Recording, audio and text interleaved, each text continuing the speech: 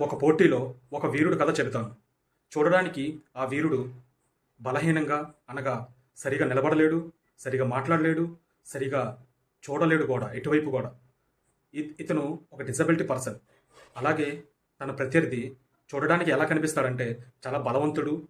ఒక దెబ్బకి ప్రత్యర్థిని మట్టి కనిపించే విధంగా కనిపిస్తాడు. మీరే చూడండి.